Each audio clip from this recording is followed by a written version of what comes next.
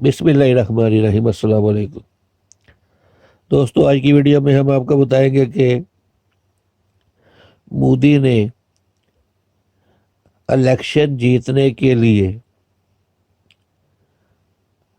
अपने ही लोगों को मरवाने का प्लान बनाया। पिछले दिनों इंडिया का एक सहाफ़ी अर्नब गोस्वामी की वीडियो चैट लीक हुई है। क्योंकि ये चैट अंदर से ही लीक की गई है, क्योंकि इंडिया के अंदर से ही अब लोग मोदी से तंग आ गए हैं और उससे निजात पाने के लिए उन्होंने ये चैट लीक की है। क्योंकि मोदी की हरकतें देख के कि मोदी ने इंडिया का चेहरा इतना मसक कर दिया है कि इंडिया वाले लोग अब किसी को मुंह दिखाने के काबिल नहीं रहे। इसने अपनी हरकतों की वजह से इंडिया में इतनी ज़्यादा नफरत फैला दी है कि एक मज़हब के लोग दूसरे मज़हब से इतनी नफरत करने लग पड़े हैं कि वो किसी भी वक्त फट पड़ेंगे, एक दूसरे को काटने लग पड़ेंगे।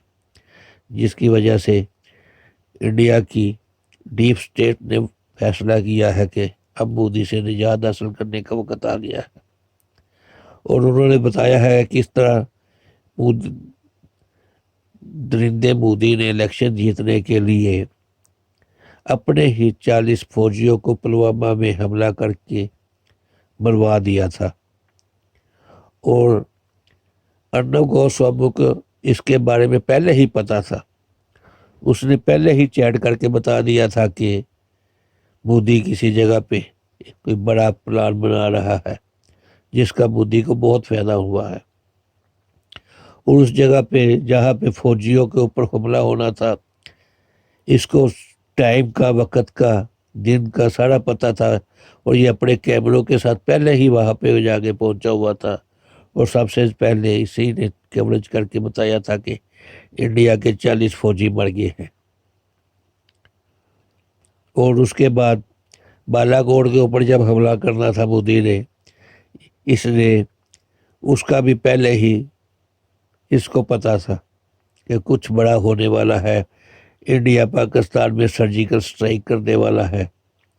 इस तरह की बूढ़ी किस्म की चैटें अब इंडिया की डीप स्टेट ने लीक कर दी है कि किस तरह मोदी ने इलेक्शन जीतने के लिए अपने ही फौजियों को मरवा दिया था। ये मोदी दरिंदा सिफत इंसान, ये किसी भी हद तक गिर सकता है, ये किसी भी हद तक जा सकता है। ये इलेक्शन जीतने के लिए अपने मासूम लोगों को कत्ल करने में इसको कोई शर्म नहीं है। इसने गुजरात में इलेक्शन जीतने के लिए बेगुनाह हजारों की तादाद में बेगुनाह मुसलमानों को कत्ल करवा दिया था। इसके लिए इंसान के खून की कोई कीमत नहीं है। और अब ये इसका चेहरा बेनकाब हो गया है। अब दुनिया और अमेरिका और यूरोप को चाहिए कि वो देखे और इसका असल चेहरा देखे।